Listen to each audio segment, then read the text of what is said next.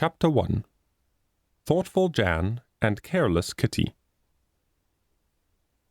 In passing through thine earthly hours, avoid the thorns and choose the flowers. Which do you want?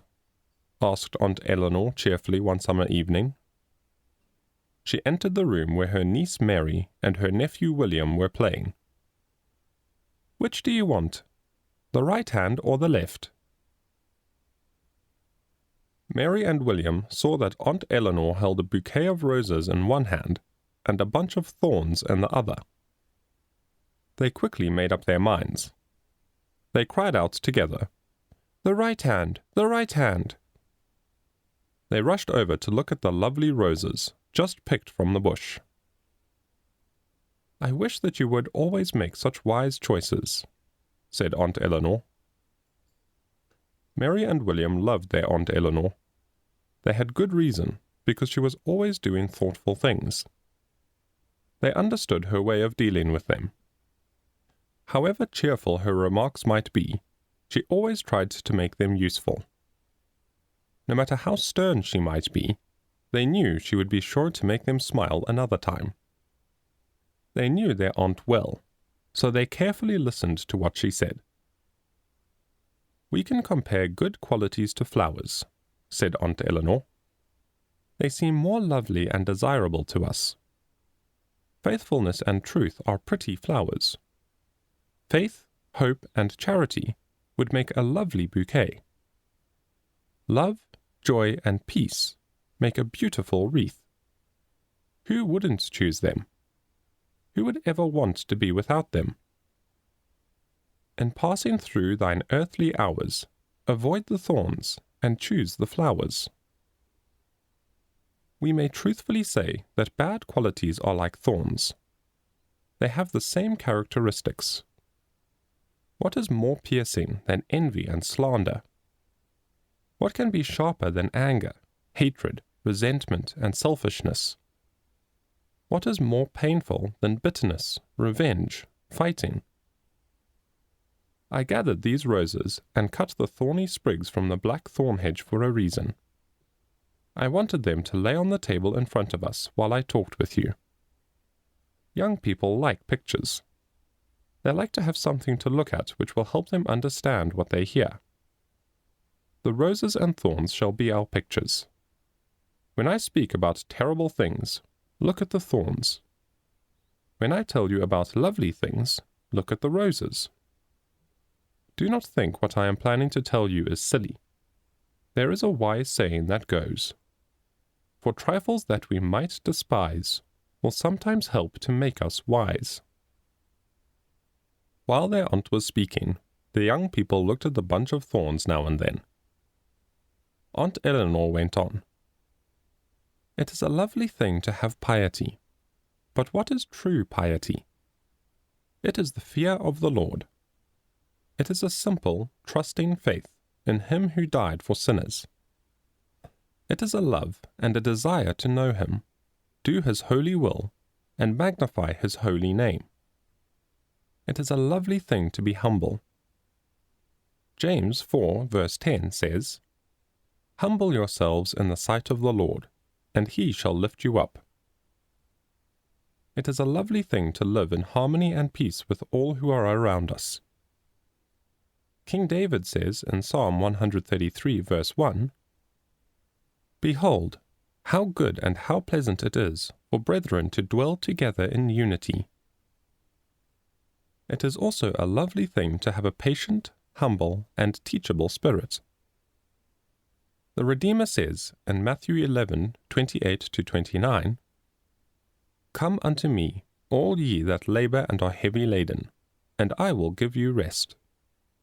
Take my yoke upon you, and learn of me, for I am meek and lowly in heart, and ye shall find rest unto your souls."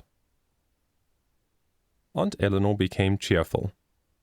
She noticed the young people had been looking at the roses while she was talking. "Oh," she said in a playful mood, "I must keep an eye on my flowers. What an awful thing if you ran away with the roses and left me the ugly thorns." I like lovely things as much as you do, so I'll keep an eye on these roses." Mary and William smelled the roses before sitting down again. Kind-hearted Aunt Eleanor, the children smiling, the roses and the thorns, made quite a charming picture. Aunt Eleanor knew her nephew and niece understood what she had said. She told them some interesting stories that would help them remember the lessons she wished to teach them. Don't choose evil instead of good, or thorns instead of flowers. If I thought, she said playfully, you would listen to a few stories I know, then I would tell you one right now. If you would rather hear about it another time, then I will say no more. Do children ever willingly put off hearing a good story? Aunt Eleanor then proceeded to tell the story of thoughtful Jan and careless Kitty. Though careless hearts will go astray, the wise and thoughtful win their way. When I was a little girl, said Aunt Eleanor, I spent some time in a village with a lady named Mrs. Wyatt. She was a wise woman who took good care of her household. Once in a while she would spend more money than she should have, but everyone spoke well of her. She was the friend of both the rich and the poor. This was much better than being known for only having rich friends. Mrs. Wyatt had 2 servants, Jan and Kate. The people of the village called them Thoughtful Jan and Careless Kitty. Actually, the names were very well earned. Some people consider thoughtlessness to be unimportant, but this is not so. Thoughtlessness brings about more trouble than willful intentions do. There was a neighboring village that held a meeting every year for hiring servants. Jan and Kate wanted very badly to go to this meeting. They went to their mistress to ask for a vacation. It was Kate's idea, and she persuaded Jan to join her. Mrs. Wyatt knew her servants weren't looking for other jobs at the meeting. She looked very stern when they asked her permission to go. She knew it had got very wild in recent years. People gathered there from all parts of the country. Foolishness and sin were common happenings there. This is what Mrs. Wyatt said to her servants. If you wanted this vacation to see your friends, you would have gone without saying a word. I see that is not the case. I will not forbid you to go, but I will warn you against it. It could rain today. That would spoil your clothes. If the weather is nice, a thoughtless mob will be at the meeting.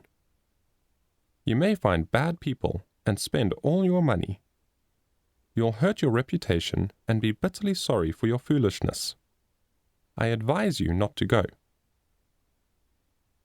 Kate quickly replied, The sky is clear, and I'm sure there will be no rain. My brother will be there to protect us, and we don't plan to stay out very late. They were in such a hurry to go, the mistress finally gave them permission, in spite of her better judgment. Kitty wore her pink dress and bonnet with blue ribbons. Jan dressed more plainly. Kitty talked very fast. Jan was more thoughtful as she walked on. They passed the village courthouse, the blacksmith shop, the White House on the hill, and the post office. Then they came to the hollow oak in the green lane. Jan stood still. Looking more thoughtful than ever, she told Kate she would go no further. While you have been talking, Kitty, she said, I have been thinking. Mrs. Wyatt's words have been ringing in my ears. She has been a good mistress. We were wrong to ignore her advice. Believe me, this meeting will bring no good. It's not too late to go back. Go back if you want, replied thoughtless Kitty. I am going on. I won't get dressed up and go halfway to the meeting, only to turn back and get laughed at. If I have to go by myself, then I will. It is better to get laughed at for doing right than for doing wrong, said Jan meekly. Anyway, look at the cloudy sky. Mrs. Wyatt was right about the rain. Please come back with me. If you don't, I will go by myself." "Have a nice walk, then," said thoughtless Kitty. She continued on her way and left Jan standing under the branches of the hollow oak. Jan waited until Kitty had gone through the gate toward the gravel pit. When she was out of sight, Jan went back. She had hoped that her friend might change her mind. It is usually dangerous to pause even a moment when temptation occurs. However, Jan's habit of thoughtfulness often corrected a wrong step after taking it. This is what happened this time. During her walk with Kitty, she had thought about every sentence Mrs. Wyatt said. Her good sense told her what to do. At one time, it would have been hard to say if she would go on or go back.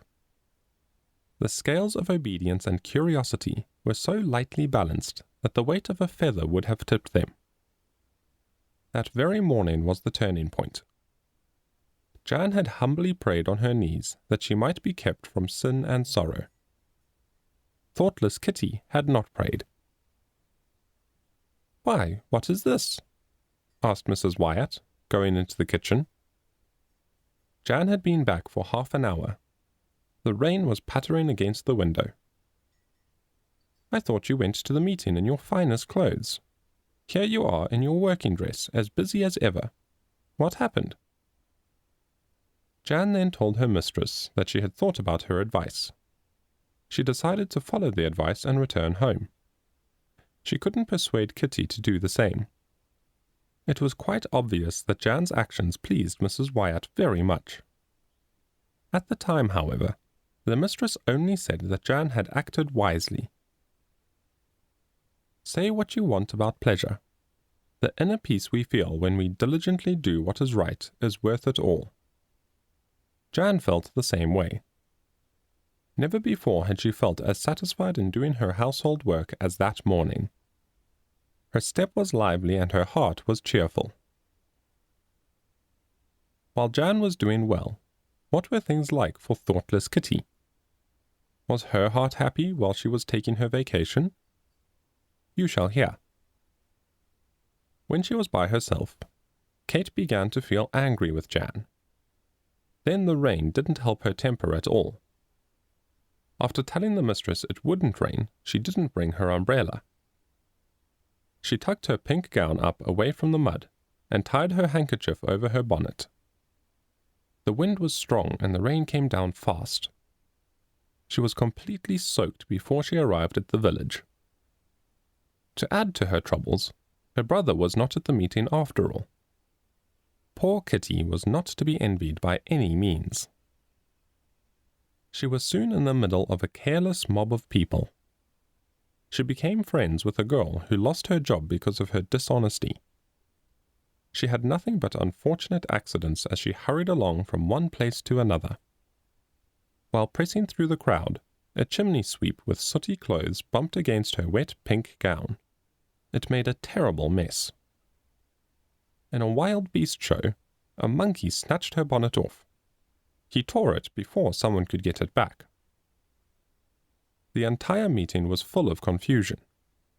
Near the end, she found that someone had stolen her money and sewing case. Kitty finally left the meeting, her sooty gown pinned up and her bonnet pinned together. On her return home, she was terribly embarrassed to meet several ladies who knew both her and her mistress. She knew by the way they looked that they did not approve.